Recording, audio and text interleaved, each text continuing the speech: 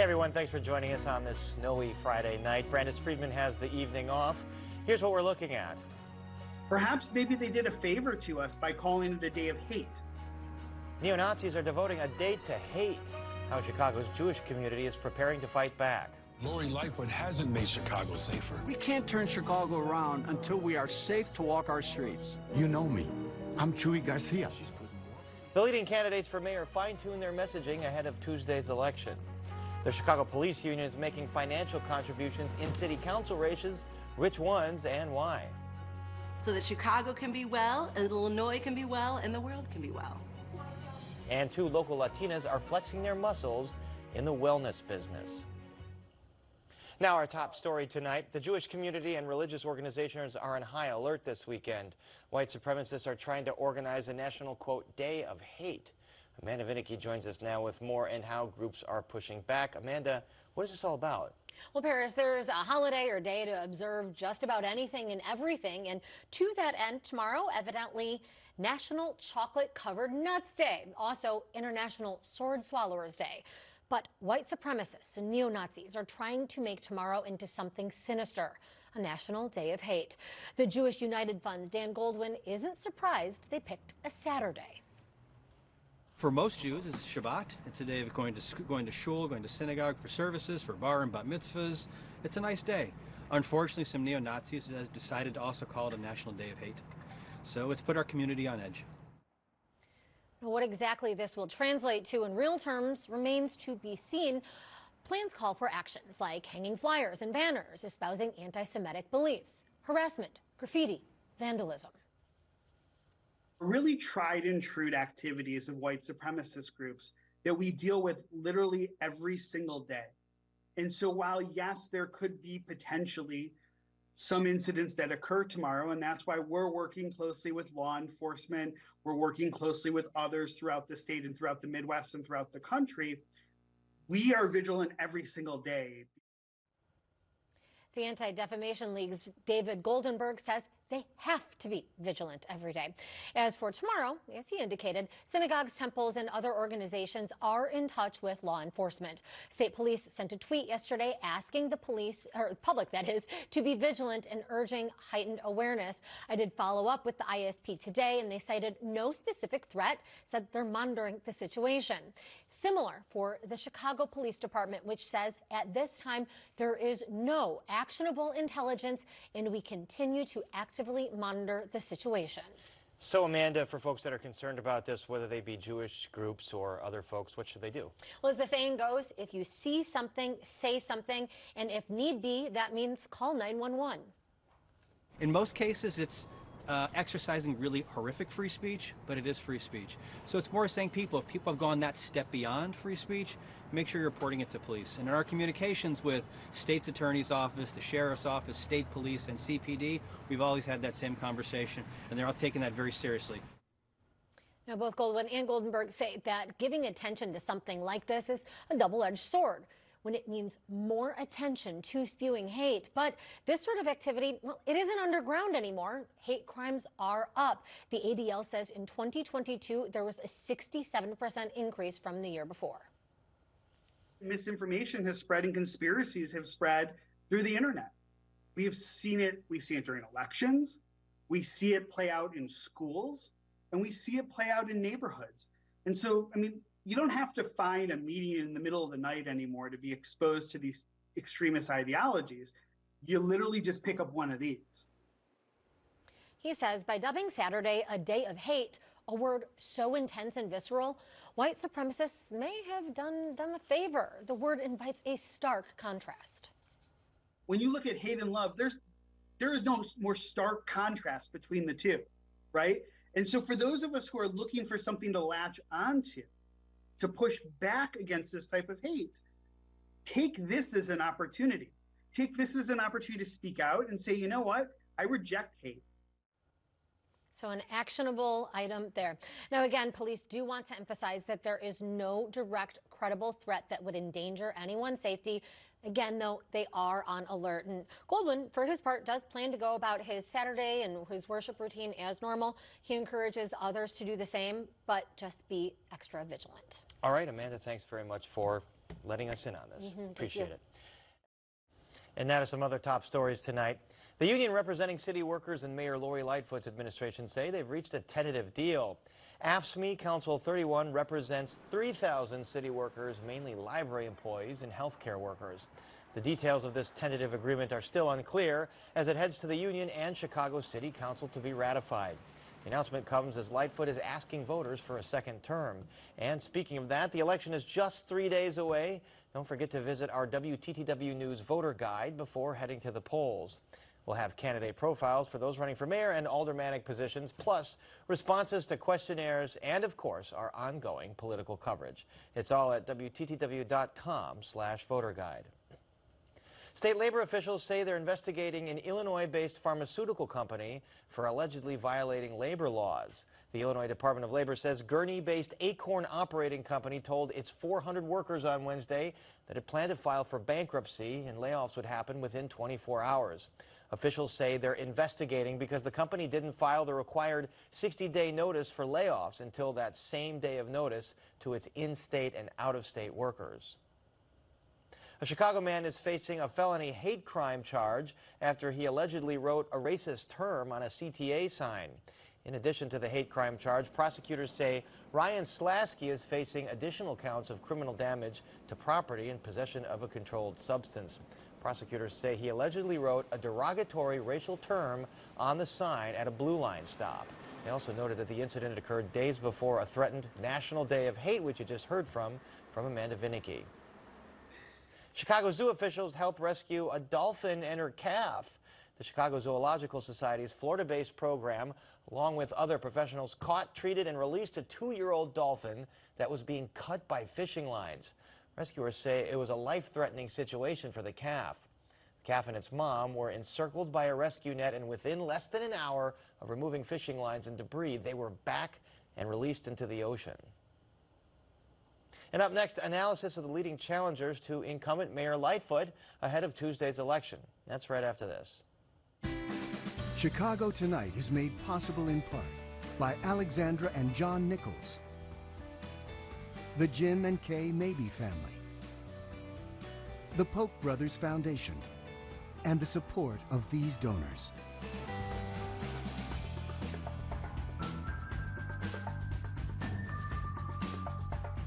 The finish line is in view. 4 more days of campaign ads, mailers, and constant appearances in the evening news. And then we likely get to do it all over again for a potential mayoral runoff. And joining us to break down where the campaign is at now is Jason DeSanto, a political speechwriter and debate strategist for members of Congress and multiple presidential campaigns. And he's a senior lecturer at both Northwestern University's Law School and School of Communications. Jason, long time no see. Always great to have you here. So the ads are inescapable at this point. The Correct. mailers are inescapable. They're stuffing up people's mailboxes. What struck you in the last day of this race? It's the last-minute scramble. This is all about building coalitions. We've been saying that for a few weeks now. So it's a vote here, a vote there, and the name of the game is to finish 1 vote ahead of the person in 3rd place. So that's why we're seeing all the appeals, the cross appeals, basically throwing everything at each other right now to try to just get over that finish line. And there is a lot being flung at everyone. Chuy Garcia has taken a lot of incoming. He cut an ad this week. Let's take a look. I won't stand for a failed mayor so desperate. All she can do is run a false smear campaign against me. You know me. I'm Chuy Garcia. I've walked the walk, fought against corruption. You know me, I'm Chuy Garcia. Is this aimed at any particular coalition? So the Garcia campaign has been a little bit of a puzzling campaign all the way through, Paris. Got in late, didn't put much up on TV to begin with. At one point was being outspent 8-1 by Lightfoot, about 5-1 by Vallis. He's made up some ground. But those initial attacks by the mayor on whether or not he was really and truly a reformer or whether or not he was in league with Sam Bankman-Fried and others really took a toll. This is an attempt to try to counter that narrative with one particular voter group that they're all fighting for in this last week, and that's lakefront voters. Each of these candidates, Paul Vallis, Lightfoot, Brandon Johnson, and Garcia, need, in order to build their coalitions, to get votes from that area. That is a fluid area right now, and this is an attempt to shore up his progressive bona fides with that group. He needs that to go along with the Latino vote. When you say lakefront voters, are you talking about the kind of quintessential lakefront liberal and largely white voters? Correct. And if you think about what's happened over the last few weeks, Paul Vallas, whose campaign, of course, we know by now is based mostly on the crime issue, has solidified those blocks in the southwest side wards, the northwest side wards, also white voters, but has made inroads in that lakefront area, and this week ran an ad about his own progressive bona fides, that he was ahead of Joe Biden on gay marriage, that when he was the head of the Chicago Public Schools, he was in favor of partner benefits, which was kind of ahead of its time. Now, there was pushback on all of that, but he's also drawn support from Tom Tunney, mayor of the alderman from the 44th ward. He'd like to think he's mayor of that ward. He came this close to running, I suppose. And then Brendan Riley from the 42nd ward, also in that same area. So what we're seeing now is these candidates trying to position themselves for that particular vote because they're trying to come with their own voter block and then add in those areas. It seems like the mayor knows that when she makes a comment like she did this week, that Vallas, by saying it's time to take our city back, is playing dog whistle politics, a la Bernie Epton in the 80s saying before it's too late. And then you've got a story yesterday about how Vallas was interacting with some pretty offensive content from some right-wing accounts on Twitter. Do those things kind of damage Vallas' standing with those lakefront voters? Sure they do, and that's one of the reasons he cut that specific ad. First time he's really done that, an entire 30-second ad devoted to those positions. Where I think it might really be an issue for him is if he's able to get into the runoff. Because in the runoff, what are we going to have? More money to whoever his main competitor is, more oxygen, because not as many voices, and the ability to kind of pull at some of these strands over the past few weeks. The Fraternal Order of Police endorsement, John Catanzara, who is the head of that union, has kind of disappeared in the last few weeks, but his associations are probably not the ones that Paul Vallas wants to take to a general Democratic Chicago electorate. And then this issue that's come up with the website and some offensive postings there, or likes, comments regarding the mayor's appearance.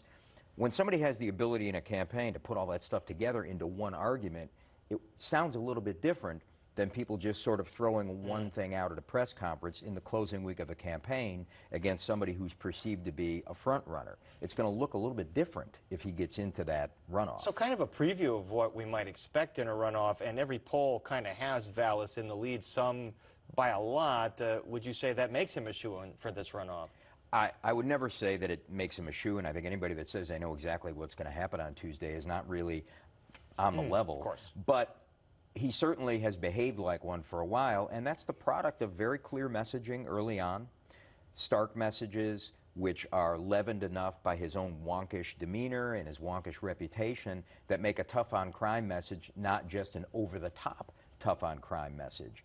When you put all that together, and the fact that the city appears in some ways to need a fix, and he's presenting himself as Mr. Fix-It, that's just real clear messaging that has put him in the pole position here. And then you have Brandon Johnson, who has kind of surged, if you are to believe the polls that have come out lately, many of them having him in second place. He's got money from teachers union. You've talked about the money and the message.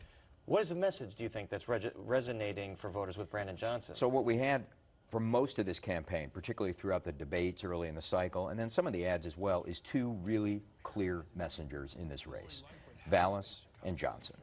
And Johnson's message is different than everybody else who was up on those debate stages. When there was a public safety question, he would always start with what his core message was across many issues, which was investment in people. Now that can sound really vague, it can mean a lot of things to a lot of different people, but he was consistent about it, he was vigorous about it, and he is a really good spokesperson for himself as a candidate. Now the issue for him is twofold. Number one, all that money from the CTU, does that make him suspect in terms of his ability to make hard decisions? And he really, a question on that came up at a debate, and he really dodged that question. I kind of remember that moment. That might be a question that was asked in this general vicinity, yes. And then the second issue that he really has is now that he's kind of shored himself up, run a really good campaign, you notice he's backing off on some of those positions. His role with police, for example. Is he going to continue to fund police at the same level? And he's been a little slippery about that in the past few days. And that's why you have the mayor coming out and saying, hey, he's the guy saying defund the police, defund the police. Now, and that brings us to the mayor. who finally has really gone after Brandon Johnson, which I think is something that would have helped her a lot earlier in this race. And one of the things that I think has been an issue for her is really defining what she stands for in this race. She's running as the incumbent. You wear the jacket when you're the incumbent, but she has not really indicated that this shouldn't be a referendum on her. It ought to be a choice. And you make a campaign a choice by pointing out people who are to your left and people who are to your right politically, and positioning yourself in the middle. And it was only recently that she really went after Johnson and defined him as being too far to the left and having too many, what she would call, radical positions. I was going to say, is it too late for her to make this case? Because she's basically saying this ad that we're seeing here, you know, this person I don't think you can trust because they're too far out on the left. This other person I don't think you can trust because he's saying all these things about abortion and taking back our city. Maybe you don't think I'm the nicest person in the world, but you know me. It's not just that you know me, but it puts into context all of the facts that she has had to marshal or wanted to marshal about how, in her view, things are better than they were, that crime has gotten better, that she's undertaken a lot of reforms in terms of investment in different parts of the city, that public transportation is actually better than you think it is. When you've got a 71% wrong track number, that's not exactly where people are, not only in terms of what's in their mind, but what's in their gut and their heart.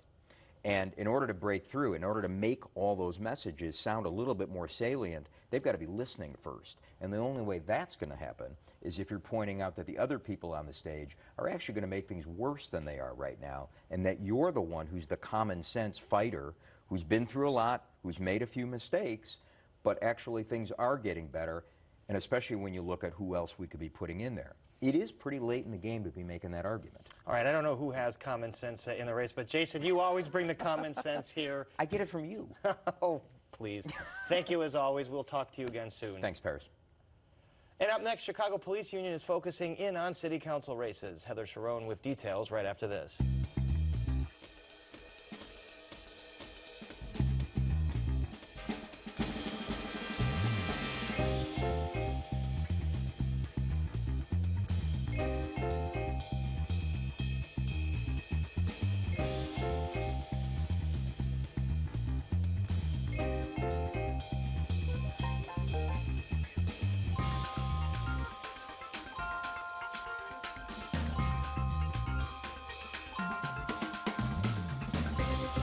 Some Humboldt Park voters got a flyer in the mail that showcases the fact that city council candidate Jessie Fuentes was arrested for battery in September 2008 as a 17-year-old. The flyers were paid for by the police union to boost the campaign of Julian Perez, their pick to represent the 26th Ward on the Chicago City Council. WTTW News reporter Heather Sharon joins us now with more. Heather, tell us about these flyers that are going out to residents around Humboldt Park. Well, the Fraternal Order of Police Lodge 7 made a $10,000 in-kind contribution to Julian Perez's campaign, who used that money to send these flyers showcasing the arrest records of Jessie Fuentes dating back to 2008 and 2009 when she was 17 and 18 years old. And then in 2010, she was arrested on a warrant and charged with a series of traffic violations, including driving without a license, without insurance, and for a seatbelt violation. It's not unusual to see these kind of flyers at this point in campaign season, and Fuentes, who is now 32, is not disputing that those things happen. She is saying they are accurate. Let's listen to her response. I've been honest about who I am and where I come from. I have had my fair share of trauma and inability to cope with the anger and sadness that comes with growing up in those social conditions. And Heather, the police union's pick in the 26th Ward is Julian Jumpin' Perez, the retired house music DJ. What did his campaign have to say about these flyers? They said this is relevant information voters should know before they go to the polls on Tuesday. And I don't think Fuentes would disagree. She says this history and her lived experience makes her the best candidate to represent parts of the West Side where this sort of arrest record is not unusual. The FOP is endorsing a lot of candidates, obviously for Mayor Paul Vallis, and then 26 council candidates for city council, that is. Are they spreading around cash in all these races? They sure are. They've spent so far more than $120,000 to support 10 candidates. Most of that spending reported just today, Friday. So that means they're making real play to elect their supporters to the city council, which has been somewhat hostile to their demands. And they're endorsing Paul Vallis. We all know that. but have they contributed money to his campaign? Not one red cent, which is interesting because Paul Vallis was their lawyer when they negotiated their police union contract, but it has not translated into financial support, although Vallis is not hurting for money at this point, so maybe they feel their money is better spent on the city council. That could be a good calculation. Vallis is getting all that money from bigger corporate interests in the city of Chicago, so maybe he doesn't need it. Maybe he doesn't want it. Heather, thank you so much. Thanks, Paris.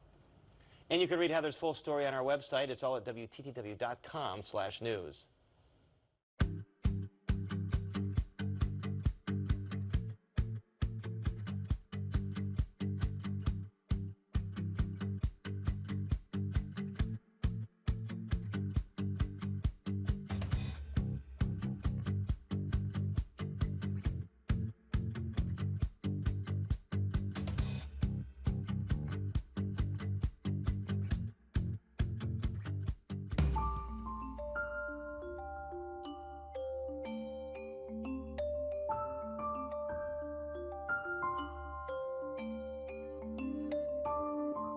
It's almost March. How are you doing on your 2023 wellness resolutions? I'm doing just okay.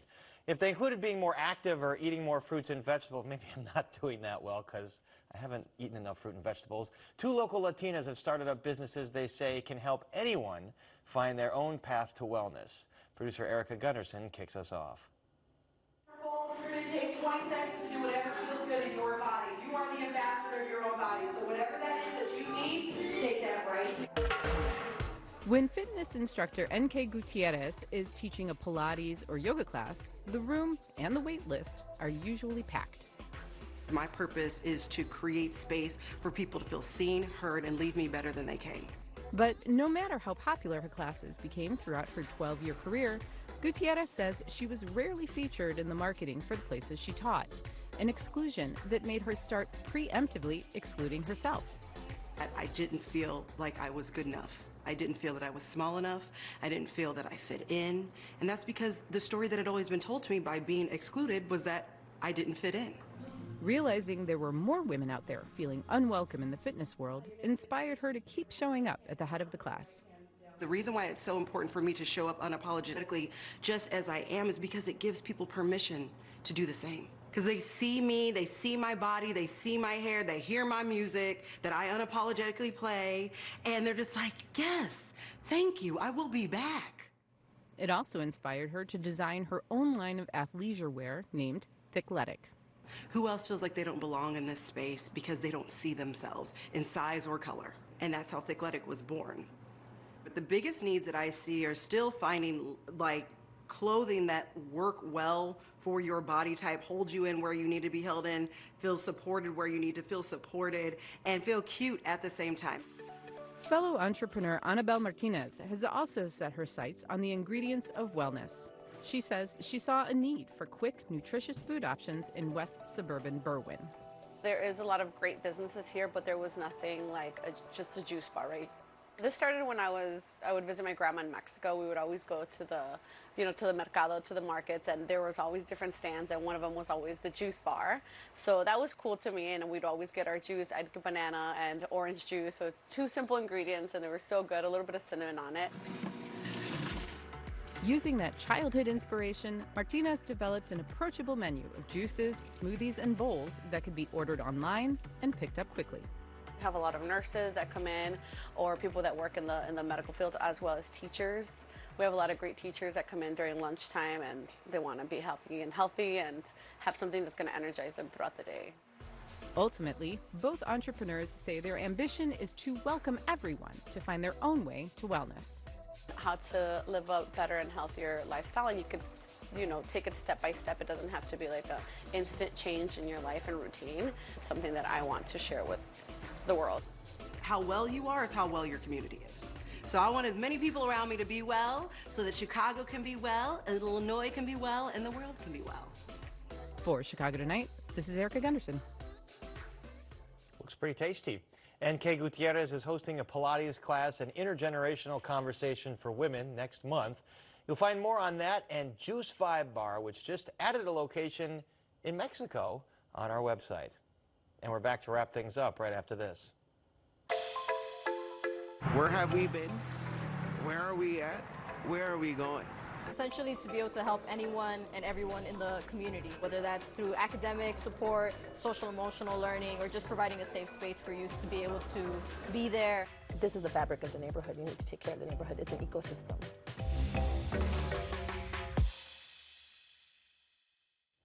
That is our show for this Friday night. Don't forget to stay connected with us by signing up for our daily briefing. And you can get Chicago Tonight streamed on Facebook, YouTube, and our website, WTTW.com/news. You can also get the show via podcast in the PBS video app. And join us tomorrow night at 6 for Chicago Tonight Latino Voices. A new study offers insight into what's driving Latino voters to the polls. And then at 6:30 tomorrow on Chicago Tonight, Black Voices, efforts to increase accessibility for black hair care products. And now for all of us here at Chicago Tonight, I'm Paris Schutz. Thank you for watching. Stay warm out there and have a wonderful weekend.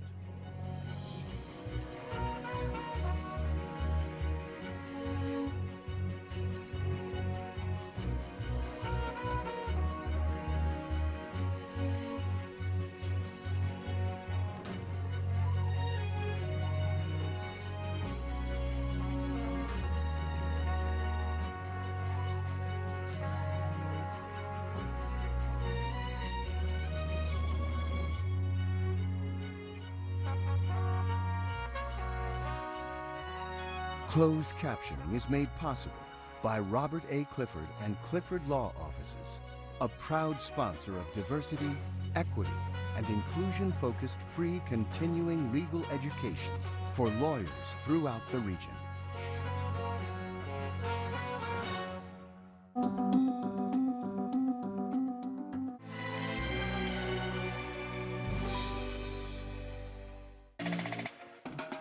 What should the city be doing to better support Black Chicagoans who are victims and survivors of hate crimes? Classic city of Chicago. We work in silos, so the left hand doesn't know what the right hand doing, and the constituents get left out in between. Power is the voice. The power is the numbers. The power are the people. The ability to sway elections is the power.